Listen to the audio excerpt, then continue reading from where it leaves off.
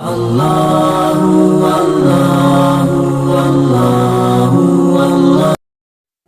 باللہ من الشیطان الرجیم، بسم اللہ الرحمن الرحیم۔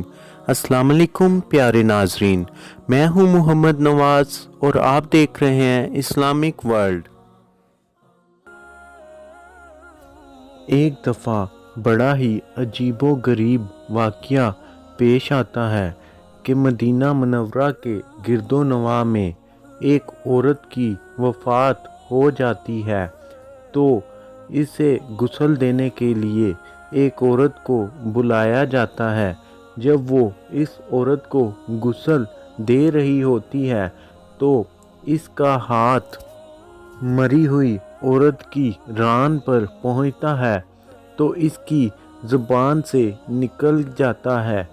میری بہنوں جو دو چار ساتھ بیٹھی ہوئی تھیں ان سے مخاطب ہو کر کہتی ہے، یہ جو عورت آج مر گئی ہے اس کا تو فلاں فلاں آدمی کے ساتھ خراب تعلقات تھے۔ غسل دینے والی عورت نے جب یہ کہا تو ساتھ ہی قدرت کی طرف سے گرفت آ گئی، اس کا ہاتھ ران پر چمٹ گیا۔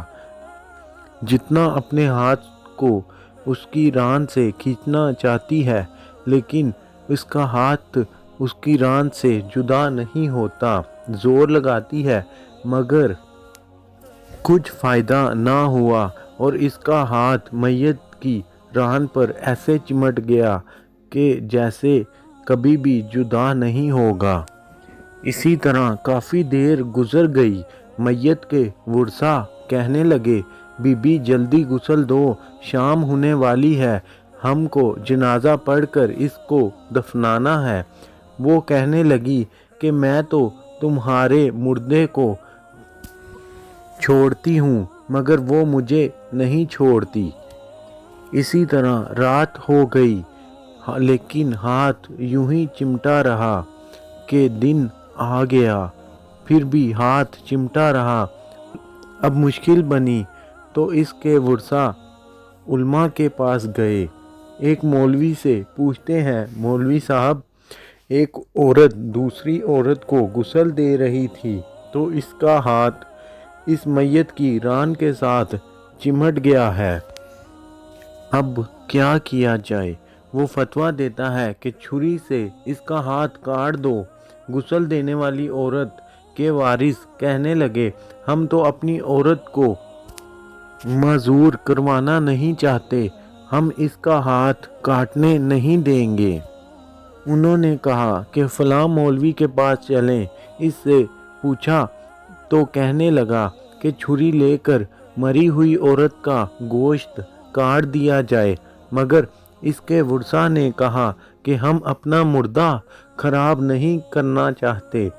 3 دن اور 3 راتیں اسی طرح گزر گئیں۔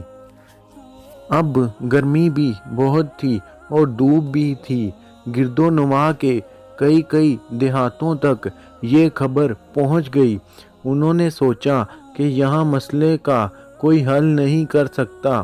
مدینہ منورہ میں وہاں حضرت امام مالک رحمۃ اللہ علیہ اس وقت قاضی کی حیثیت میں تھے۔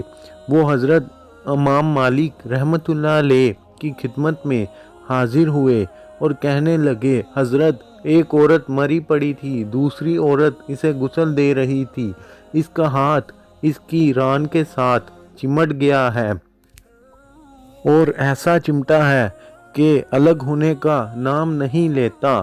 اب اس بات کو 3 دن ہو گئے ہیں، آپ اس پر کیا فتویٰ دیتے ہیں؟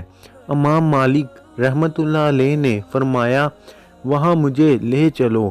وہاں پہنچے اور چادر کی آڑ میں پردے کے اندر کھڑے ہو کر غسل دینے والی عورت سے پوچھا، بی بی جب تیرا ہاتھ چمٹا تھا تو تم نے اپنی زبان سے کوئی بات تو نہیں کہی تھی؟ وہ کہنے لگی، میں نے اتنا کہا تھا کہ یہ عورت مری پڑی ہے، اس کے فلاں مرد کے ساتھ ناجائز تعلقات تھے۔ امام مالک رحمۃ اللہ علیہ نے پوچھا،